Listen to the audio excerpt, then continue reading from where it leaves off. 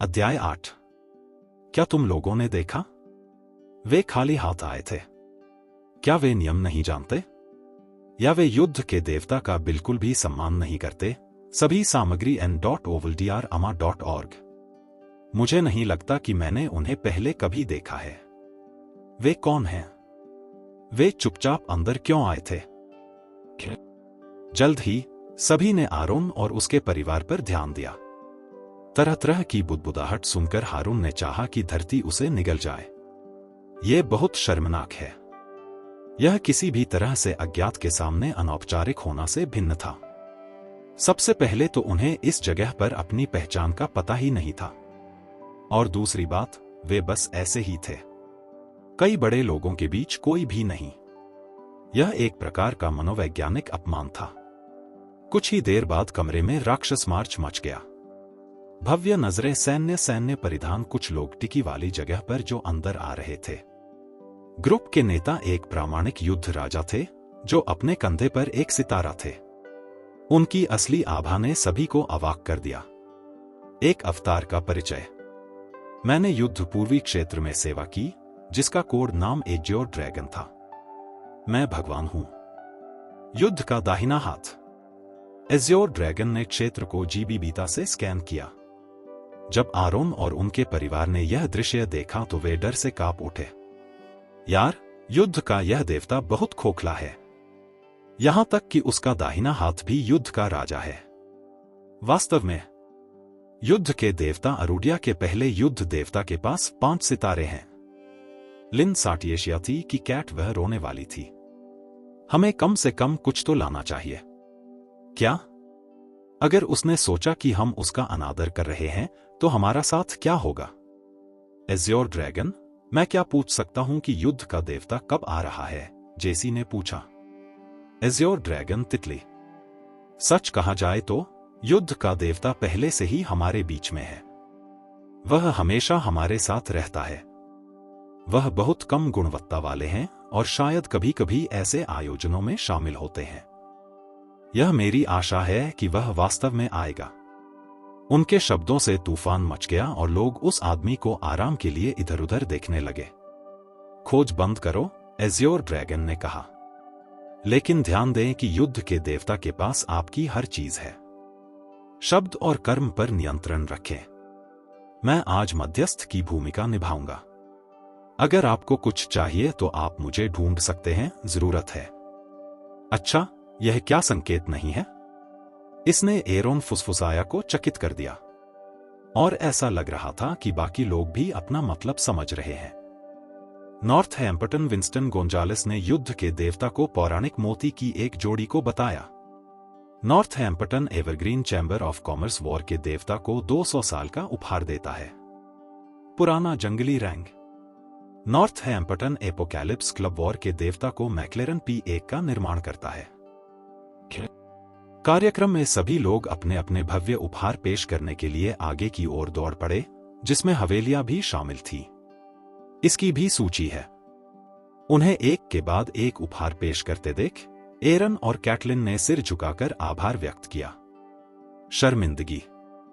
यहां तक कि जोई भी बाहर निकलने के लिए भागना चाहती थी। मंच पर एज्योर ड्रैगन ने अपने सामने ढेर किए गए उपहारों के पहाड़ को देखा। उसका चेहरा बदल गया। मिनट दर मिनट ठंड बढ़ती जा रही है। ऐसा करने से तुम्हारा क्या मतलब है? एज्योर ड्रैगन की आवाज ने दर्शकों को चौंका दिया। यहां तक कि नॉर्थहैम्पटन के गवर्नर जेसी ने भी अपनी जुबान बंद रखी।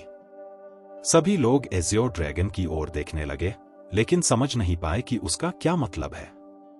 क्या आप युद्ध के देवता का अपमान कर रहे हैं? नहीं, नहीं, बिल्कुल नहीं।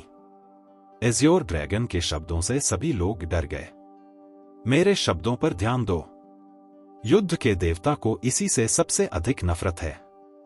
युद्ध के देवता पर अपनी चालें मत चलाओ। ऐसा करके तुम केवल उसे नीचा दिखा रहे हो।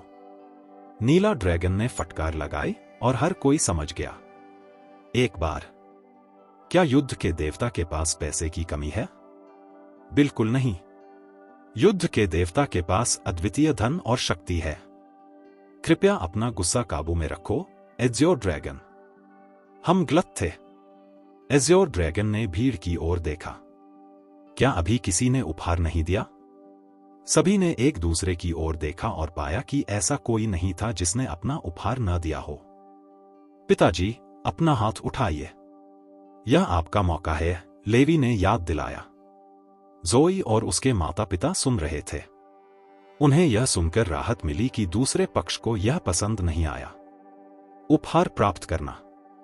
फिर भी वे अपने हाथ उठाने के लिए पर्याप्त साहसी नहीं थे। ज़ोई, अगर तुम्हें मुझ पर भरोसा है तो अपना हाथ ऊपर उठाओ। यह निश्चित रूप से एक अच्छी बात है। ज़ोई ने अपना हाथ उठाया और सबने उसकी ओर देखा। एज़्योर ड्रैगन ने ज़ोई पर अपनी नजरें गड़ा दी। अच्छा, बहुत अच्छा। खाली हाथ आना तुम्हारा रवैया सही है। यह युद्ध के देवता के प्रति आपके सम्मान को दर्शाता है। बढ़िया काम। युद्ध के राजा की प्रशंसा सुनकर ज़ोई और उसके माता पिता अवचेतन रूप से खड़े हो गए, अभिभूत चापलूसी और सम्मान से। तुम्हारा नाम क्या है? एज़्योर ड्रैगन ने पूछा।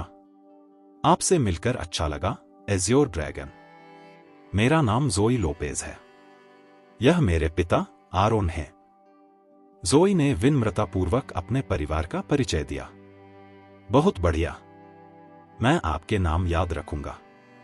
मैं किसी भी अच्छी चीज के लिए आपको और आपके परिवार को प्राथमिकता दूंगा।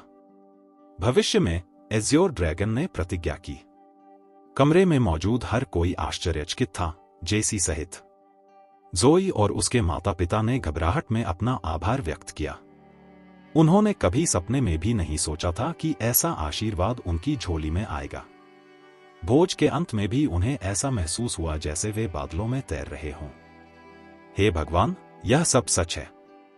एरोन ने उन बड़े मालिकों के कुछ नाम कार्ड भी अपनी जेब में रख लिए जिन्होंने उसके प्रति अपनी सद्भावना व्यक्त की थी। आप बहुत भाग्यशाली हैं, युवा महिला कैटलिन मुस्कुराई। ज़ोई ने लेवी की तरफ देखा। मां, यह सब लेवी की बदौलत है।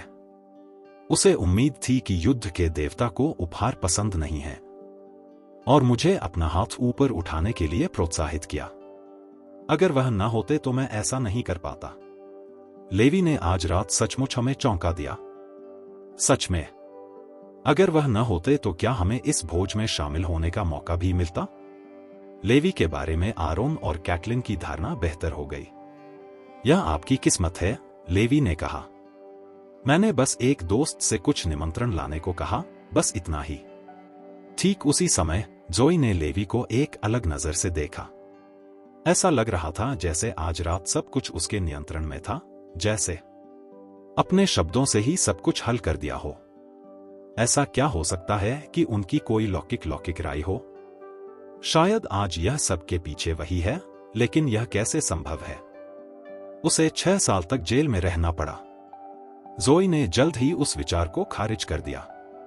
यह एक लंबी और रोमांचक रात थी, लेकिन सौभाग्य अंत में सुखद रहा। आरोन और कैट को अब उत्साह से चक्कर आ रहा था क्योंकि वे लिबरेशन पाली थी और विशेष रूप से सिद्ध कर दिया था। उन्होंने खुद को लोपेज परिवार को राज दिया। हालांकि उसी समय हैरी ने फोन किया और उसने फोन एरोन ने उठाया। कल से सूरज और ज़ोई को काम पर जाने की बर्बादी नहीं है। क्या? फोन पर हरी की इच्छा और निर्दयी आवाज देखी गई। तुम लोगों ने मुझे बहुत निराश किया, बहुत ज्यादा। आप मुझे दिए गए 2.8 मिलियन का भुगतान कब करेंगे? पिताजी, मैं। ठीक है, आप पैसे वापस नहीं ले सकते, इसलिए मैं कंपनी वापस ले लूंगा और सैमुअल और मेलानी को काम पर लौटा दूंगा। तुम्हारा व्यवसाय खत्म हो गया है। तुम अपने दम पर हो। हरी ने फोन रखा। एरोन का फोन धड़ाम से जमीन पर गिर गया। उनके दर्शन के बाद जो कुछ हुआ, उसमें ज़ोई और कैटलिन एक दूसरे के गले लिपट गए। क्या हुआ? लेवी ने पूछा। दादाजी ने कंपनी वापस ले ली, ज़ोई ने नाक सिकोड़ते हुए कहा। अब हम बेरोजगार हैं। इन्हें पछतावा होगा। इस बीच लोपेज निवास पर हरी के फोन रखने के बाद फेबियन ने सावधानी से पूछा, क्या यह ठीक है? हमें ऐसा करने के लिए क्या कहा गया है? लेवी के पास कोई भव्य पृष्ठभूमि नहीं है, है ना? हेनरी ने कहा। पिताजी, मैंने पहले ही सब जगह ले लिया था। मेरा दोस्त पूर्व सहपाठी नगर निगम में काम करता है, जल संरक्षण ब्यूरो, और वह भोज में मौजूद था।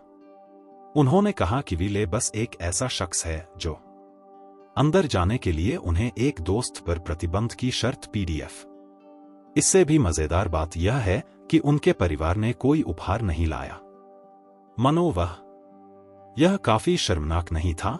उन्होंने इसे तब भी चुना जब उन्होंने सुना कि युद्ध के देवता ने ऐसा नहीं किया है। उपहार प्राप्त करना पसंद है। जो कुछ हुआ उससे सभी लोग हंस पड़े। एरी ने फिर से अनैतिक सांस ली। मुझे उनकी कंपनी वापस ले लेनी चाहिए और उन्हें बेरोजगारी कर देना चाहिए, क्योंकि उन्होंने यह सब किया है। मुझे विला में पैराडाइज करें। आज की घटना का कारण वह गुस्से में था। यह हेनरी ही थे जिन्होंने हैरी को कंपनी वापस लेने के लिए षड्यंत्र बनाया था। यह सही है।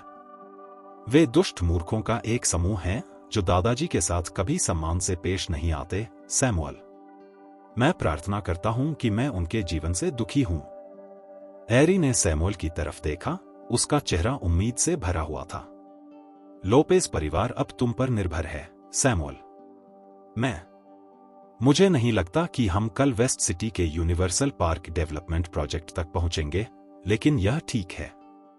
सैमुअल, स्टाफ और अधिक मेहनत करनी होगी और अपने संपर्कों के माध्यम से हमें और अधिक मेहनत करनी होगी। चिंता मत करो दादाजी, सैमुअल ने उत्तर दिया।